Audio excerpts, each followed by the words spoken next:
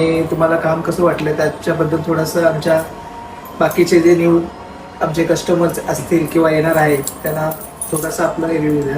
हो, सगळ्यात पहिले मी इंस्टाग्रामवरती खूप स्क्रोल केलं. जेव्हा मला हा प्रोजेक्ट द्यायचा होता तेव्हा मला ठाणेकर इंटिरियर डिझाईन सापडलं इंस्टाग्रामवरती आणि मी त्यांचं सगळं प्रोफाईल वगैरे चेक केलं आणि मला त्यांचं वर्क प्रोसेस खूप आवडली होती.